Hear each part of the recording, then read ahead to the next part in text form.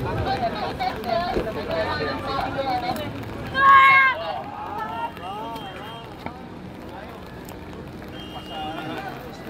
saya po kasi first time po. Sa pangatlawang laro ko po.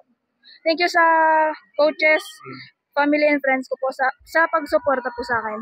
Last year, anong place mo? Noong pang 8 lang po. Pang 8 dito rin? Opo.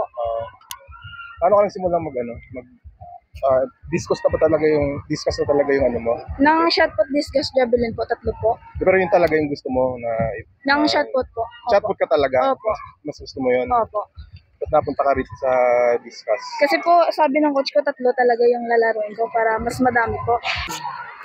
Bakit ikaw lang naging nagsusuli sa pamilya nyo na natuto ng mag-sports? Kasi po yung teacher ko nung elementary, siya po yung naglikayat sa akin na maglaro ng sports. Nakita na Opo. meron kang lakas sa Opo.